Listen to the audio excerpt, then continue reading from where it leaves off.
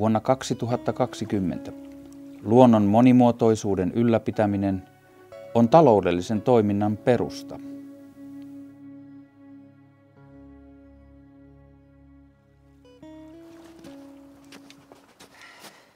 Tämä mehtä on minun. Mutta eihän tämä mehtä oo minun.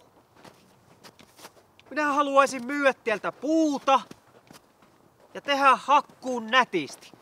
Mutta eihän siitä tuu yhtään mitään. Eihän tuo mehtäfirma ala minun kanssa yhtään mihinkään. No eihän ne anna minun tehdä sitä tuolla naapurin voitolla, joka se osais.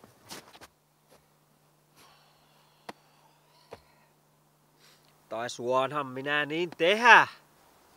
Mutta eihän ne maksa sitä vaivasta yhtään mitään.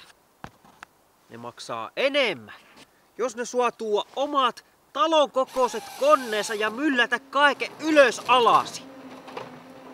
Osaatteko kuvitella?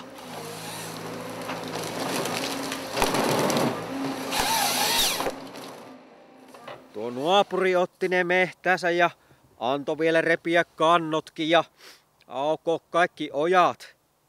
Ja nyt sitä nolottaa koko homma. Eihän siellä oo ku lehmän kokoisia kiviä ylös alasi ja horsmoo niitten välissä. Tuo järvikin samentui siinä mylläkässä.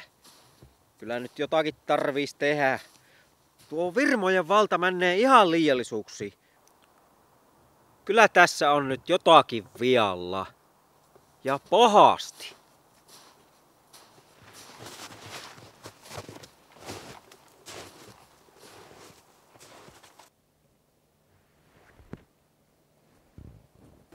Metsäfirma on hyvä renki, mutta huono isäntä.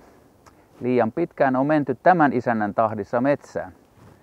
Metsäfirmaa kiinnostaa ainoastaan mahdollisimman paljon puuta mahdollisimman nopeasti ja laajalta alueelta. Tavallinen metsänomistaja arvostaa paljon muutakin. Virkistyskäyttöä, marjastusta, sienestystä, metsästystä. Joku vie jopa luontomatkailuasiakkaita metsäänsä. Ja onpa kiinnostavaa katsoa, miten luontainen metsä syntyy jatkuvalla kasvatuksella terveesti. Olisikin aika aloittaa uusi torpparivapautus. Tulevaisuuden metsässä kilpailtaisiin siitä, kuka jättää luonnonmukaisimman jäljen metsään, mutta korjaa myös puuta sieltä. Luonnonmukainen talousmetsä on tulevaisuuden tavoite. Maalle saadaan lisää työtä, hienot monimuotoiset metsät ja puhtaat vedet.